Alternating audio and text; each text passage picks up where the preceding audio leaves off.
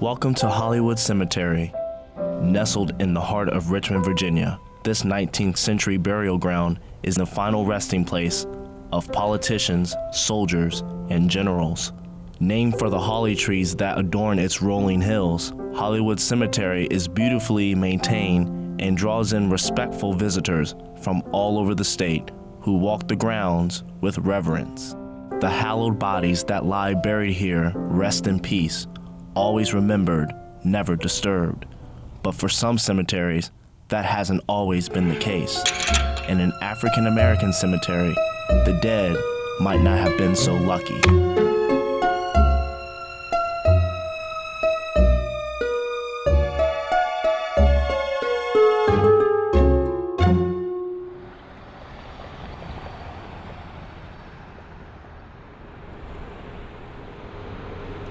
Richmond's Historic Medical College of Virginia is one of the premier hospitals in the state.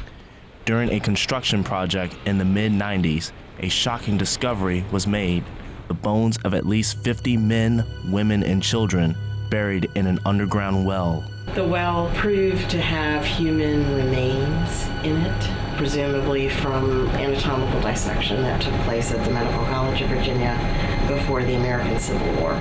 These bodies were the cadavers used by medical students in the mid-1800s.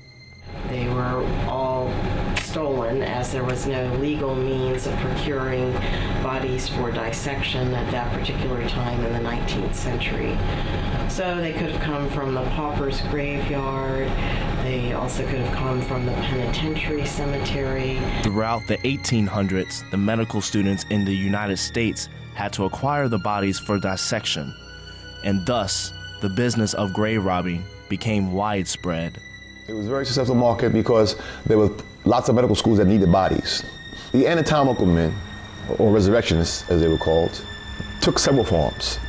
Sometimes they were just simply middlemen who were nefarious actors in the community who would rob graves to kind of sell bodies to colleges and universities. To avoid public outcry, medical schools in the South primarily targeted African American graveyards like Potter's Field, Oakwood, and Sycamore cemeteries. They were kind of a voiceless segment of the community at that particular time. Other grave robbing was done by the medical students themselves or by someone employed by the hospital. In the late 1800s at MCV, an African American janitor named Chris Baker became the man behind the bodies.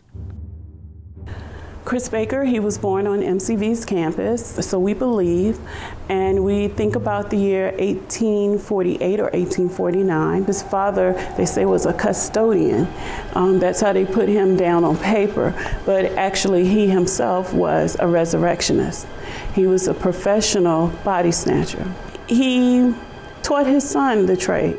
Baker lived nearly his entire life in the basement of the university, in a facility now known as the Egyptian Building, named for its Egyptian revival architecture. John F. Woodward, who was a student at MCV, recalls his first encounter with Chris in 1888. I was unprepared for the shivers that passed through my body when I entered the dark hall in the rear of the Egyptian Building. Finally, a black face with a greasy skull cap pulled well down over the forehead appeared at a sort of window in what looked like a black silo. Chris Baker would go out with students. It's usually the students who were the labor. Chris Baker was kind of the brains behind the operation. And so he could go out and had gone out before by himself. The rain was only a drizzle. I could see Chris digging at the head of a newly made mound. And they would either during daylight kind of stalk out the cemetery and see that there was a fresh grave, and then would assemble the requisite number of people to go there at night and actually be able to remove the body, carry the body to a cart, and then transport it to the medical college, all of which had to be done basically in the time from about midnight to 5 a.m. In addition to grave robbing, Baker was responsible for receiving and taking care of the bodies, which were stored in the college basement. His wife also worked at MCV. They lived in the basement. His son was born there. According to census records, at some point he had family living there with him as well. I find it very difficult to understand how they'd be living in the basement with the bodies, because the bodies were stored there where he lived. Chris Baker was a man of two worlds. Like many African American men who served whites in the South, Chris had to appease both sides in his life. In the white world, he was perceived as someone who was reliable, who was a resource. He was valued in the medical college.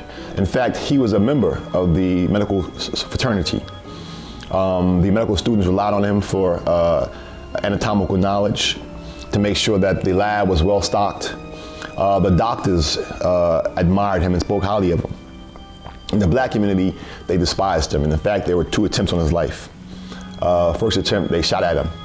The second attempt, a mob chased him back to the medical college. It is no small wonder that the fear of Chris Baker was so great in Jackson Ward that nurses used to threaten their children that Chris Baker is going to get you if you don't be good. One Richmonder remembers hearing a Negro girl say that Chris Baker took bodies to the college and made medicine of them.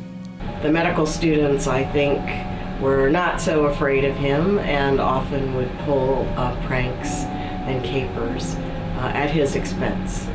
But he, in the end, proved to be kind of a valuable ally and friend because he could help them out of a jam with their anatomical studies. One professor, Dr. John W. Broadnax, that Baker worked for, decided to make a poem praising his work. To thee, who mindless of the helpless dead, these crude, unpolished lines are for you penned, who will daily sit in age with hoary head and scrape their bones, unthinking of your end. While you pursue your ghastly, ghoulish trade, does no compunction ever come to you? That as these cadavers you were made, and may have to receive this treatment too. Grave robbing was not always easy, and there were times when he and his partners were caught in the act. In fact, he was arrested twice, once with an African-American assistant, and the other time with 4 students from MCV. It turned out that this man, Chris Baker, was arrested and convicted, and I think interestingly, the very next day he was pardoned by the governor of Virginia. And so as a result of that, all of that is that the state of Virginia passed a law that made it so that the medical schools could get bodies from poorhouses and the indigent folks so they didn't have to transfer money. In other words, it took the financial benefit out of somebody robbing graves. And thus the era of grave robbing came to an eventual end. Well, he worked pretty much up to the time of his death. There was still a need for someone to kind of keep track of the specimens so that when the professor of anatomy asked for a femur or skull showing a head wound, that he could make those available to the professor. Chris Baker worked even when he was sick until he eventually died in 1920. He is buried at Evergreen Cemetery, but the location of his gravestone is unknown. Baker's death marked a legacy in Richmond community as the press and his peers remember him for his work. When he died, his death was on the front page of the Richmond Times-Dispatch. Even for white people who died, they would be placed in the obituary section. But Chris was such a public figure that he was on the front page of the paper. For science 'tis aimed, yet you get no part in what is gained, and they the honors bear, in co-partnership you share not their art, but day by day must sit and cut and pare. John W. Broadnax. You would think that he would have been vilified or put down, but actually he was held. And as a matter of fact, he eventually became a legend. I think had he been born at another time, he would have been a surgeon. But because he was born during slavery, his opportunities were limited, and despite that, he made the best of them.